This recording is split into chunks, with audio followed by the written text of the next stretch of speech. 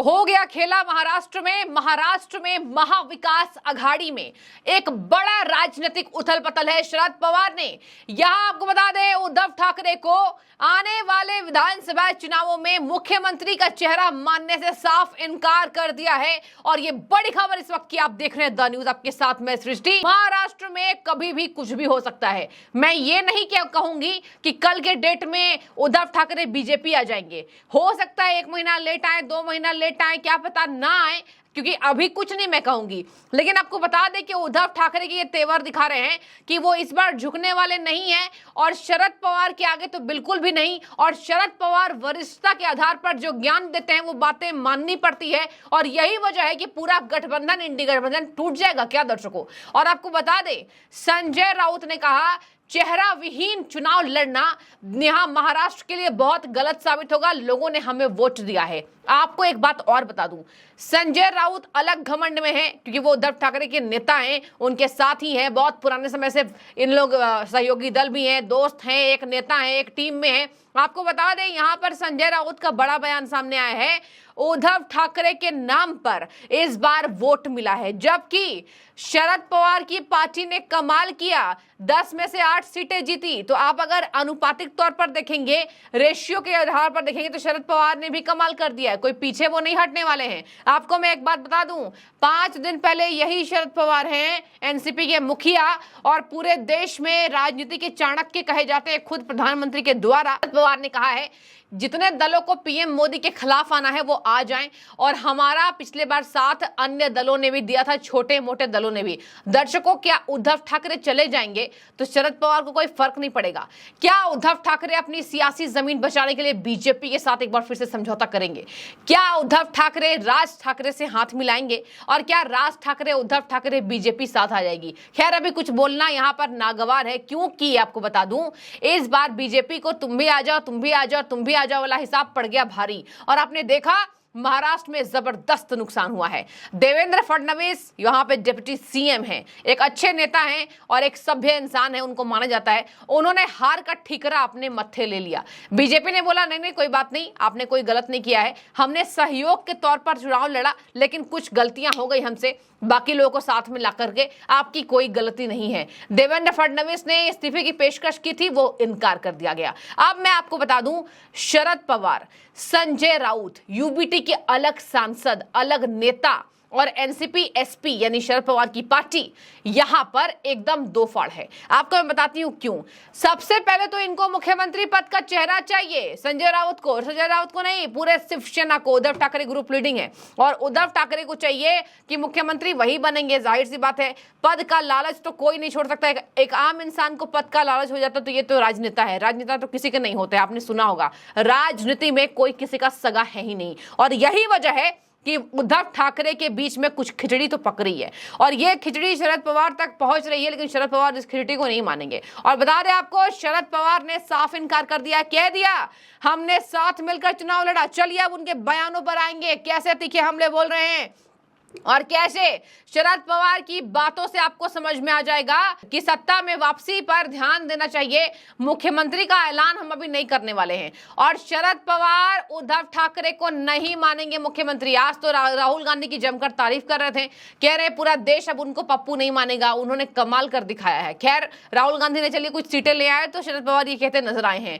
अब मैं आपको बता दूं कि लोकसभा चुनाव में देखने को मिला था कि उद्धव ठाकरे के ग्रुप ने 48 सीटों में से 21 के लिए उम्मीदवारों की घोषणा की थी।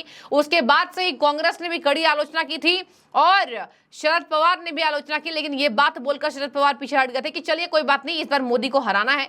तो देखिए क्या लोकसभा चुनाव में दर्शकों जितनी टीमें बनी थी और जितनी दीवानगी एक दूसरे के लिए ये नेता दिखा रहे थे, क्या ये दीवानगी नफरत में बदल जाएगी क्या? आप दिल्ली में देख लीजिए ना, आम आदमी पार्टी कांग्रेस टूट गई, पंजाब में टूट गई, नफरती बोल रहे हैं कांग्रेस के लोग केजरीवाल के लिए। पूरे दिल्ली को खराब कर दिया। शीला दीक्षित का मॉडल तो बढ़िया था। आइए महाराष्ट्र में संजय राउत भी अलग अलग बयान देना शुरू कर चुके हैं। सबसे ज्यादा कांग्रेस यूबीटी के खिलाफ यहां पर बयान देती नजर आ रही है। तो आप समझ जाइए कि ये जो गठबंधन है ये टूटना निश्चित है और यहां पर क्या बीजेपी वापसी कर पाएगी गठबंधन की है। और यहां पर विधानसभा चुनावों में बहुत जरूरी है बीजेपी की गलती गलतियों को उसको ठीक करना भाई है ना। उत्तर प्रदेश में आज रिपोर्ट आ गई सामने, आपको मैं बता दूं, हिंट ही दे देती हूं। उत्तर प्रदेश में आरक्षण, संविधान और पार्टी के अंतर्घात, ये 3 कारण मुख्य आए हैं कि इस बार बीजेपी को वहां पर हाथ धोना पड़ा है। और समाजवादी पार्टी जो कलंकित है पहले से कि राम भक्तों पर गोली चलाने वाले लोग को कभी माफी नहीं करेगी जनता। देखिए जनता ने ही वोट दिया है ना, मुसलमानों ने तो केवल नहीं दिया है। आ जाइए महाराष्ट्र में उद्धव ठाकरे को किसने वोट दिया? केवल तो ऐसा नहीं है जितने धुर विरोधी थे, बीजेपी के लोग भी कुछ वोट देते नजर आए। क्यों? बीजेपी ने सभी को शामिल कर लिया।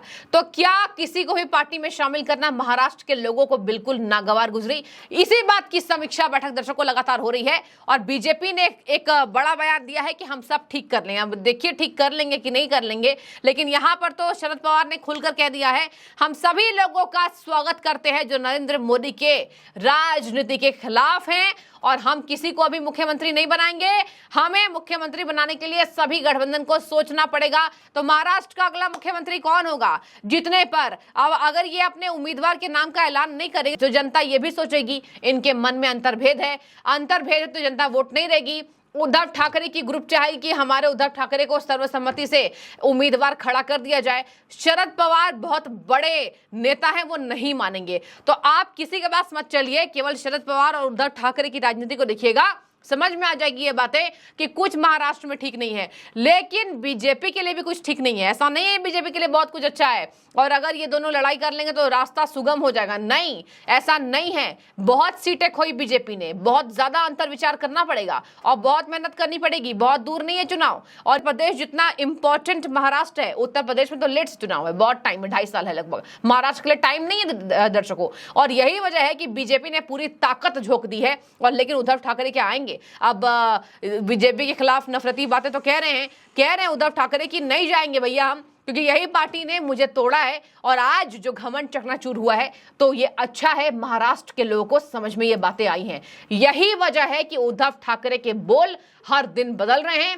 लिफ्ट में देखे गए देवेंद्र फडणवीस के साथ, इसके साथ बीजेपी के नेता चॉकलेट देते हैं, उसके साथ उद्धव ठाकरे की मुस्कुराती और चहकती यहां तस्वीर सामने आती है। तो ये राजनीति का खेल है, यहां कुछ भी हो सकता है। लेकिन अभी बिल्कुल नहीं कह सकते हैं कि Uddhav Thackeray will join BJP. और यही वजह है कि संजय राउत का बयान बहुत कुछ बोल रहा है। संजय राउत कह रहे हैं उनको चेहरा घोषित कर देना चाहिए।